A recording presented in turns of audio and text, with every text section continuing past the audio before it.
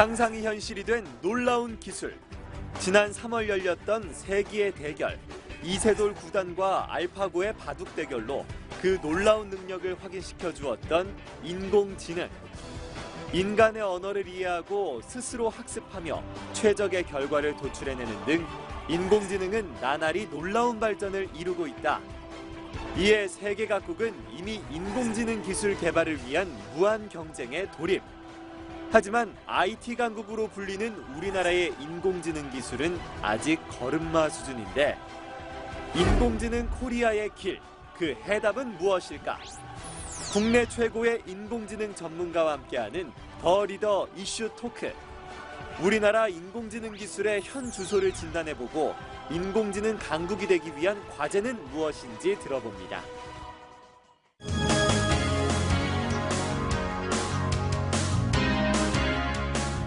여러분 안녕하십니까? 더 리더입니다.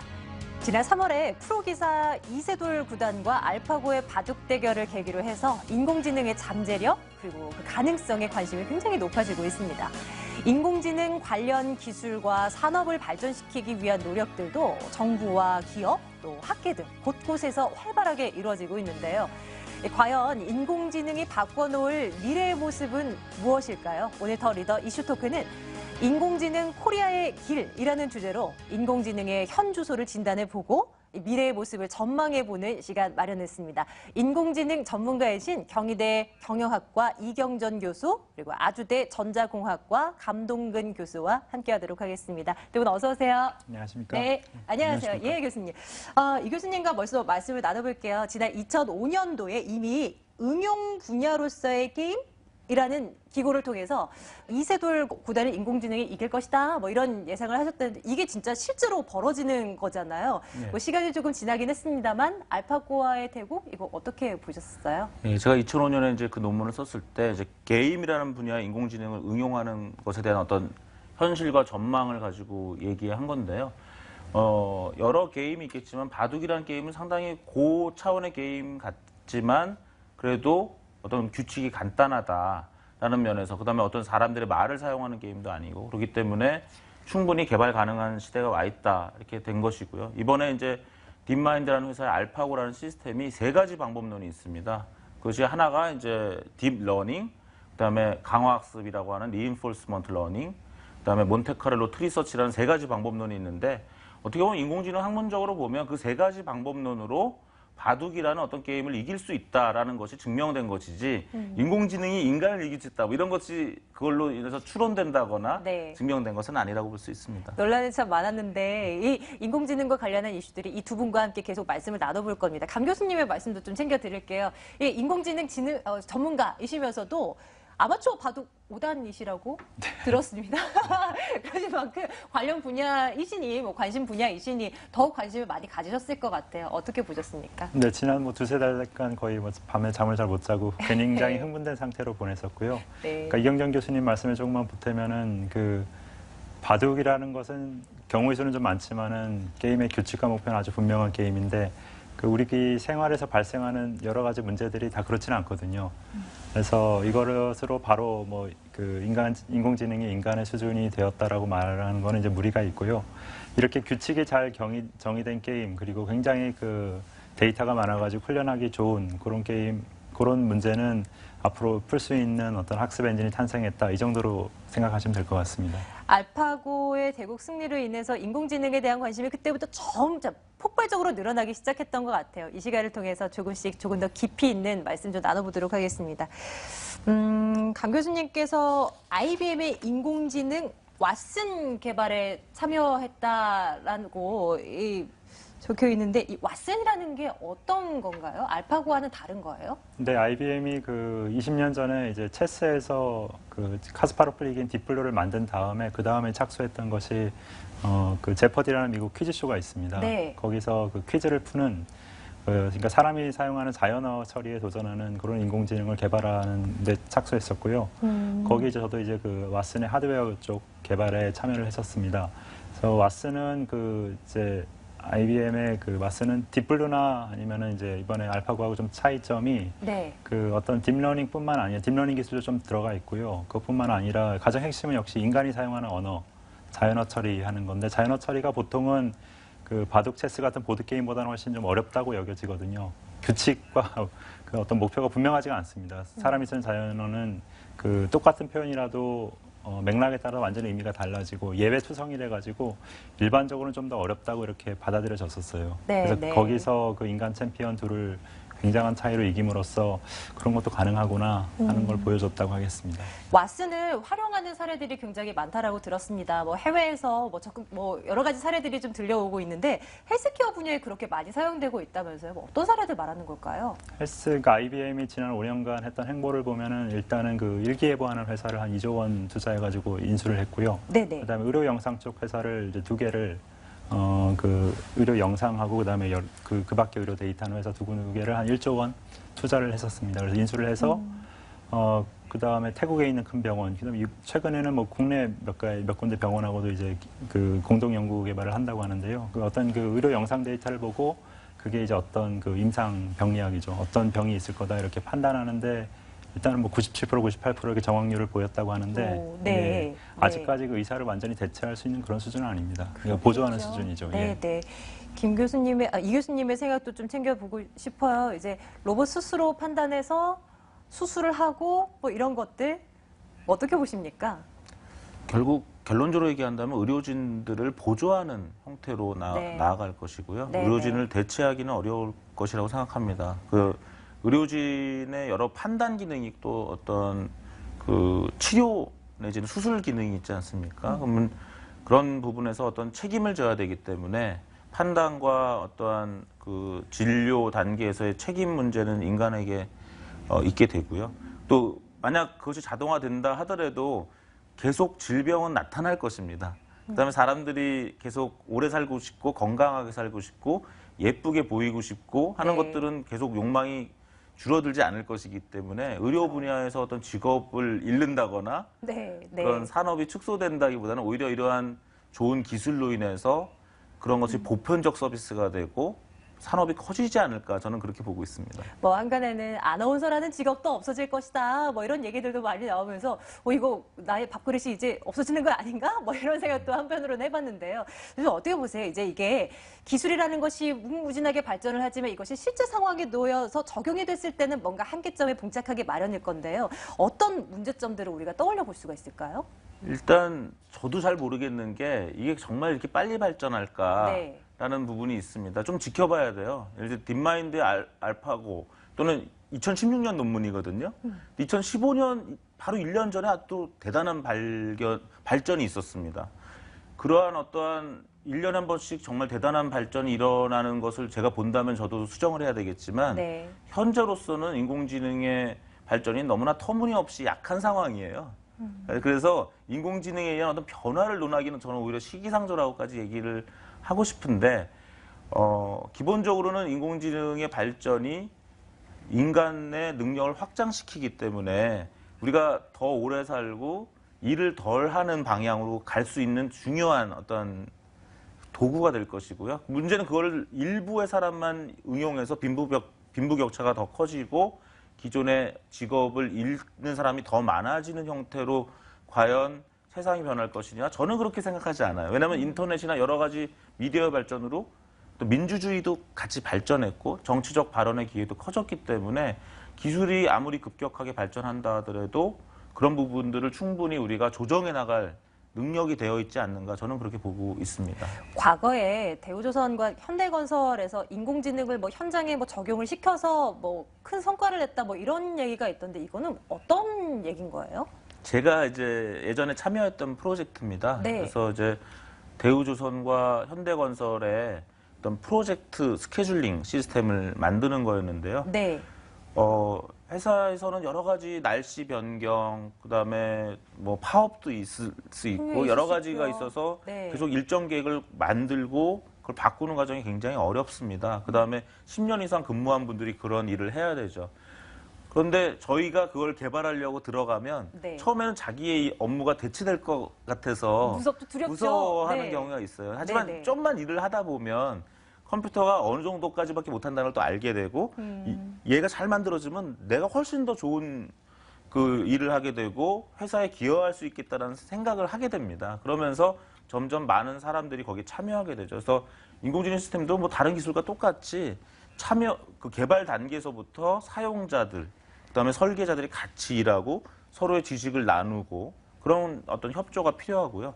어떤 인공지능 시스템을 만든다 하더라도 그것이 독주하는 시스템이 아니라 그 결과를 가지고 사람이 또 보고 또 어떤 소프트웨어나 기계에게 어떤 자기의 어떤 의도나 희망을 넣어줄 수 있고 네. 그러면 또 기계는 그것을 또 반영해서 더 나은 어떤 해법을 찾아내는 사람과 기계가 믹스된 시스템인데 우리가 너무 어떤 SF 영화를 많이 봐서 늘 맞아요. 뭐 기계가 갑자기 복수를 한다거나 네, 뭐 인간을 장악하고. 인간을 뭐 장악한다거나 노예가 네. 된다거나 이런 것들이 많이 이제 우려하는 시나리오인데 현실은 인간의 힘이 굉장히 셉니다.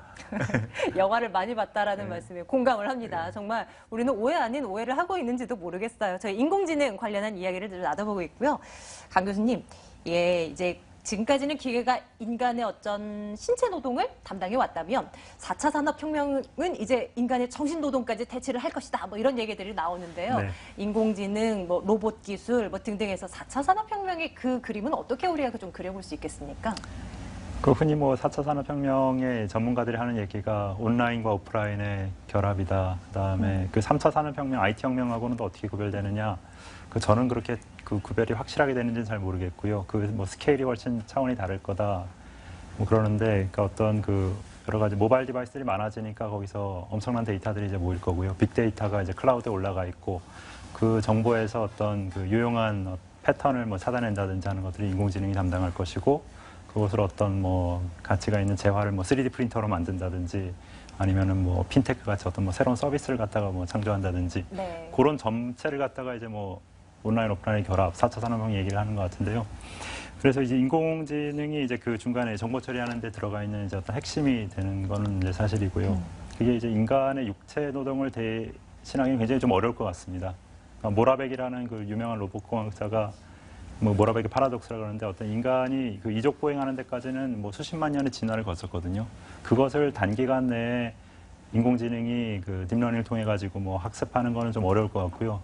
보면 아틀라스라는 그 최신 그 이족 보행 로봇을 보더라도 그 보통 사람이 걷는 거 훨씬 못 하거든요. 굉장히 터무니없이 넘어지기도 하고요. 네. 그래서 굉장히 그런 사람한테는 굉장히 쉬운 일이지만은 그 인공지능한테는 굉장히 어려운 일이 될 수 있어서 그 육체 노동 어떤 그 실제로 물리 세계하고 이렇게 실제로 인터랙션하는 것들은 좀 어려울 것 같고 좀 단순한 지식 노동 그 정보 처리 같은 것은 그 대체할 수가 있을 텐데 그것도 좀 문제가 있어요.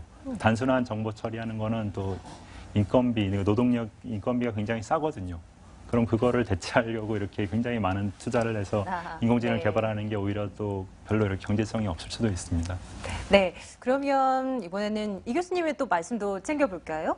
4차 산업혁명의 긍정적 효과, 부정적 효과 뭐 이런 것들 좀 몇 가지만 좀 챙겨주세요. 4차 산업혁명이 이제 3차 산업혁명이 뭐냐면 인터넷 혁명이라고 보거든요. 2차 산업혁명은 전기혁명, 1차 산업혁명은 어떤 증기기관에 의한 어떤 기계혁명. 네. 그러면 4차 산업혁명은 어떤 바이오 플러스 인공지능 혁명이다 이렇게 얘기를 하는데요. 사실은 3차 산업혁명의 어떠한 효과가 같이 갈 겁니다. 그래서 일단 단기적으로는 3차 산업혁명에서의 인터넷 혁명에서 부정적 효과부터 먼저 한번 얘기를 해보면 우리가 우버라든가 카카오 택시 같은 것들이 늘어나고 뭐 대리기사 이런 것들이 쉽게 늘어나면 사용자들은 굉장히 편리하죠. 쉽게 택시를 잡을 수 있고 쉽게 대리기사를 구할 수 있고 그런 걸 O2O 앱으로 하면 굉장히 편해집니다. 하지만 지금 어떤 그 자가용 운전을 하시던 기사님들 있죠. 그 어떤 사장님의 자가용 운전하시던 분들 네. 이런 분들은 점점 직업을 잃고 있다는 거예요. 그분들은 한 달에 300만 원, 500만 원 월 수입이 있는 어떤 안정적인 직장이었는데 대리기사를 부르다 보면 한 달에 150만 원으로 될 수 있다는 거죠. 네, 그러면 네. 사장님들의 프라이버시는 더 올라가고 그런 그 안정된 직업을 갖던 분들이 뭔가 직장을 잃게 되는 그것은 사실 인공지능과 상관없는 일이거든요. 3차 산업혁명인 인터넷 혁명에서 일어나고 있는 어떤 직업의 안정성의 변화입니다. 어떤 고객들은 좋아하지만 기존 산업에 있는 직업군들이 흔들리는 것이 거의 모든 분야에 일어나고 있습니다. 그래서 어떻게 보면 4차 산업혁명이라는 거창한 것을 보는 부분도 있지만 3차 산업혁명의 여파가 꽤 많이 남아있을 거다라는 그런 부분이 있고요. 4차 산업혁명은 이제 인공지능 혁명이라고 우리가 가정한다면 저는 이제 어렵다고 얘기하는 그 셀프 드라이빙 카가 정말 되면 좋겠다는 생각도 들어요. 저는 어려울 것 같아요. 하지만 되면 많은 직업을 또 잃기도 하겠죠. 택시기사님들이나 버스기사님 정말 직업을 잃을 수도 있는데 그 직업을 잃는 이상의 어떤 큰 무언가가. 하급 효과가 또 네. 일어나서 수많은 직업이 또 나타날 수 있다고도 생각이 됩니다. 그래서 문제는 그렇게 기술이 강력할 것이냐라는 건 저는 아직까지 100% 동의하지 못해요. 그러니까 올해 초에 나온 세계경제포럼의 4차 산업혁명 보고서에서 보면 굉장히 기술 변화가 빠르다는 걸 가정하고 네. 얘기하고 있는데 과연 그럴 것이냐는 건 또 아까 말씀드린 것처럼 조금 지켜보면서 판단해야 네. 되는 것이고 현재 변화도 무시 못한다라는 그런 말씀을 드리고 싶습니다. 정부 내 인공지능의 로봇 적용을 위해서 지원을 하기 위해서 연간 200억 원 이상을 투입하겠다. 지원 분야를 지금은 로봇이나 자율주행차 이쪽이지만 다른 응용 분야까지 더 확대해 나가겠다. 이런 계획들을 내놓곤 하는데요. 강 교수님, 네. 인공지능 분야에 있어서 우리나라의 현 주소는 한 어느 정도의 위치인 겁니까? 다른 나라에 비해서 좀 월등히 좀 많이 뒤처져 있는 건가요? 아니면 네, 그냥 그래도 뒤처져 중간 정도는 있고, 되나요? 뒤쳐져 있는 편인데요. 그게 이제 몇 년인 거는 사실 그 연구자들한테 설문조사를 해가지고 이제 평균을 낸 수치거든요. 네. 그래서 그 큰 의미는 없는 것 같고요. 일단은 정부가 관심을 갖는 거는 굉장히 좋은 일이라고 생각을 합니다. 근데 이제 예를 들어서 슈퍼컴퓨터를 개발한다. 그거는 좀 추세에 안 맞는 일 같고요. 알파고도 슈퍼컴퓨터는 아니거든요. 지금 대세가 슈퍼컴퓨터에서 클라우드로 넘어가 있는 그런 상태라서 그러니까 여러 가지 프로세서를 한 박스에 넣으면 슈퍼컴퓨터가 되고요. 그걸 이제 네트워크로 느슨하게 연결하면 이제 클라우드가 되는데요.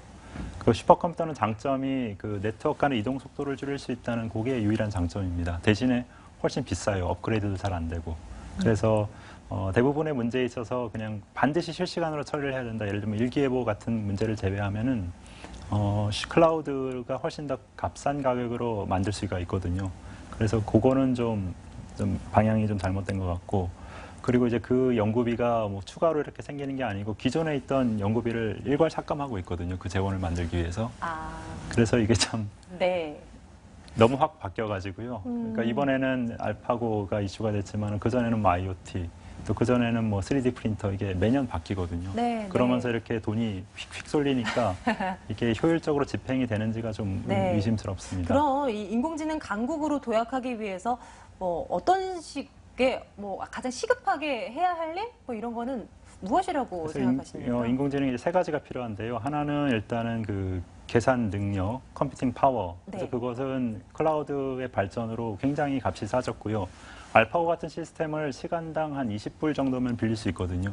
그러니까 그것은 별로 기업 입장에서는 별 진입장벽이 못 됩니다. 그 다음에 알고리즘, 딥러닝 알고리즘들은 다 공개가 돼 있거든요. 오픈소스로.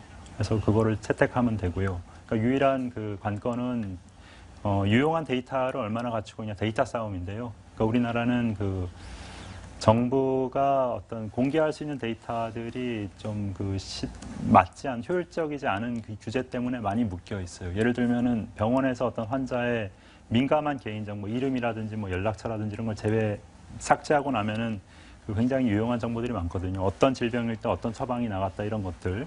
근데 그런 것들을 지금 의료 분야에 추진하는 벤처가 그 데이터를 습득하려면 환자 개개인한테 이렇게 1대1로 접촉해서 다 동의를 받아야 되거든요. 사실상 어렵게 돼 있습니다. 네. 그다음에 클라우드 같은 것도 데이터가 물리적으로 국내에 있어야 되거든요. 그러니까 클라우드를 못 쓰게 해놨고요. 이런 규제들을 좀 정부는 그런데 풀 수 있는 규제를 풀고 그다음에 이제 인공지능이 발전함으로써 나타날 수 있는 여러 가지 법적 문제들 네. 그런 것을 좀 다룰 수 있게끔 연구를 시작해야 되고 그런 게 더 중요한 일 같습니다. 그 법적 문제 말씀하셔서 말인데요. 이 교수님, 그러니까 자율주행 차에 사람이 타고 가다가 사고가 났어요. 이럴 때 누구에게 책임을 물을 것인가 이거에 대한 논란들도 굉장히 많더라고요. 사람의 잘못인지 아니면 그 개발자의 잘못인지 누가 잘못을 한 건지 이런 것들요. 이런 것들은 어떻게 좀 그 방향을 좀 잡아가야 되는 건가요? 좀 어려운 문제인데요. 자동차 급발진 사고도 몇십 년 동안 네. 분쟁이 일어나고 있기 때문에 자율주행 자동차는 더 할 겁니다. 근데 문제는 이제 아주 그런 중요한 사고가 일어나느냐, 그래서 그것이 분쟁으로 하느냐, 가느냐 이제 문제가 될 텐데요.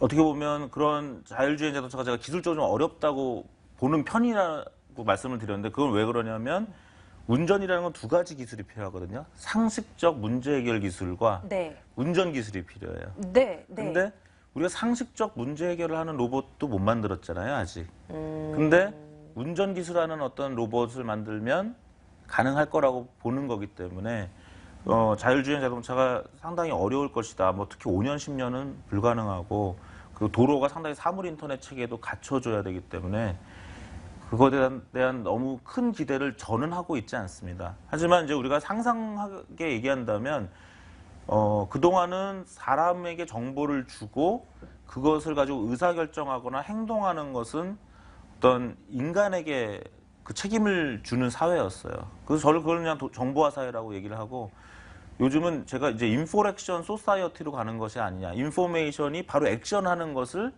더 옳다고 여기고 그걸 찬양하는 사회로 가고 있는데 그런 것들이 어떻게 보면은 뭐 그 문제를 어떻게 해결할까요에 대한 질문이라기보다는 상당히 큰 변화를 주고 사람들의 어떤 의식을 변화시키는데 저는 그것이 사람들을 약간 좀 뭐라 그러죠? 비하하는? 너가 운전하면 더 사고를 많이 내지 않니? 네. 기계가 운전하는 게 나아. 너가 수술하거나 너가 판결하지 마. 인간 판사는 더 나빠. 이런 의식들이 좀 나온다는 것이 네. 저는 좀 더 걱정스럽습니다. 오히려 사람이 하는 것이 더 좋고 네. 정확할 수 있고 책임을 질 수 있고 자연스러운 학습이 일어날 수 있다라고 하는데 인공지능 발전해서 이제 쉽게 인공지능에 대한 큰 기대를 가지고 사람을 폄하하는 그러한 것들이 나오는 문제가 더 큰 문제일 수 있다 이렇게 보는 편입니다. 네. 인공지능에 대한 이슈를 잡고 저희 두 분의 교수님과 함께 말씀을 나누고 있습니다. 마지막으로요. 두 분이 보시는 인공지능 시대의 미래는 어떠한가? 그리고 뭐 이런 부분들 우리가 행복한 삶을 누릴 수 있는 인공지능 시대라 하면 어떤 것인가 이런 거에 대해서 좀 한 말씀 좀 들었으면 좋겠어요. 이 교수님 먼저 좀 한 말씀 부탁드릴까요? 저는 인공지능 시대는 행복한 시대다. 너무 우려하지 않았으면 좋겠다라고 생각을 하고 싶어요. 인간은 오래 살고 싶고 인간은 일을 덜 하면서 의미 있는 일을 하고 싶고요. 그다음에 우리 인간은 어떻게 보면 자연을 더 누리고 문화예술을 더 누리는 그러한 것이 행복하다는 걸 알죠. 하지만 그런 조건이 되지 않았기 때문에 억지로 일도 하고 병에 걸려서 많이 고생을 했습니다. 근데 인공지능이 굉장히 중요한 과학적 발견을 앞으로 하게 될 거라고 생각해요. 그러면서 계속 문제를 해결해 주는 거죠. 인간이 갖고 있던 사회적 자연과 인간이 대항하는 과정에서 대신 인공지능이 그 문제를 해결해 줄 것이다라는 어떤 저는 낙관적 기대를 하고 있고요. 또 하나는 인공지능이 문화적인 인간의 생활을 또 도와주게 될 것이다. 네. 오늘 저녁에 뭐 하지? 우리 주말엔 뭐 할까? 얘는 무슨 꽃일까? 이것은 어떤 음악일까? 이건 어떤 예술품일까? 하는 그런 인간의 어떻게 보면 더 하고 싶어하는 그런 문화예술적인 것들을 또 인공지능 기술이 도와줄 것이다. 그래서 굉장히 긍정적인 저는 사회상을 보고 있는 편입니다. 네. 강 교수님께도 한 말씀 드릴까요? 교수님께서 생각하시는 인공지능 시대 어떤 방향, 뭐 미래 어떤 모습 그리고 계세요? 네, 아까 이경재 교수님 말씀에 좀 보태면은 그러니까 사람이 인공지능에 비해서 잘할 수 있는 게 뭐냐, 그리고 사람은 이제 어떤 가치를 추구해야 되냐, 우리 사회는 또 어떤 가치를 추구해야 되냐 이런 문제를 좀 깊이 청사해 볼 필요가 있고요. 구체적으로 뭐 두 가지 말씀드리면 첫째는 우리 아이들을 갖다가 우리가 교육받은 방식으로 가르쳐서는 곤란하겠다. 어떤 그 지식을 습득하는 것, 그런 것은 정해진 어떤 문제에서 정답을 골라내는 이런 것들은 인공지능을 이길 수가 없거든요. 그래서 그 지식은 그러니까 이런 어떤 이슈가 나오면은 그 자료들은 굉장히 공부할 자료들은 굉장히 널려 있거든요. 네. 그래서 공부하는 방법, 그것이 중요한 것 같고요. 그래서 이제 독서를 많이 해야 되는데 우리 아이들이 이제 그럴 시간이 없다는 게 가장 큰 걱정이 되고. 그래서 이제 시청자들께서는 우리 아이를 선행학습을 열심히 시켜서 좋은 학교 보내는 게 더 이상 도움이 되지 않을 뿐더러 오히려 해가 될 가능성이 높다. 이런 문제를 한번 생각을 깊이 해보셨으면 좋겠고요.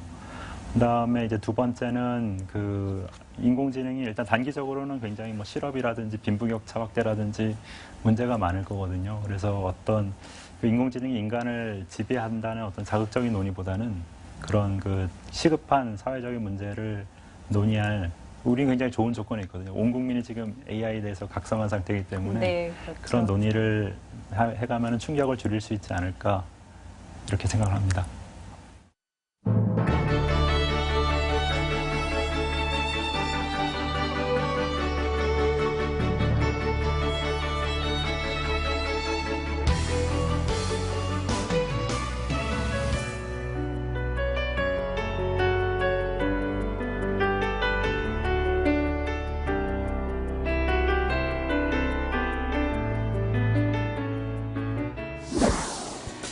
세계 각국은 첨단 인공지능을 개발하기 위해서 무한 경쟁을 벌이고 있습니다. 인공지능 산업의 성장을 빠르게 이끌기 위해서는 뛰어난 인재 영입도 중요하겠고요. 인공지능의 윤리적인 활용 방안을 마련하는 것도 중요하겠고, 또 개인정보 침해를 방지하는 이런 것들 해결해야 할 과제들이 굉장히 많이 남아 있습니다. 최근 인공지능에 대한 높은 국민적 관심을 계기로 해서 기술 선전과 대중화를 이끌 수 있도록 인공지능 산업 생태계가 조속히 마련되었으면 하는 바람입니다. 오늘 경희대 경영학과 이경전 교수님, 또 아주대 전자공학과 감동근 교수님과 함께 말씀 나눴습니다. 두 분 말씀 잘 들었습니다. 감사합니다.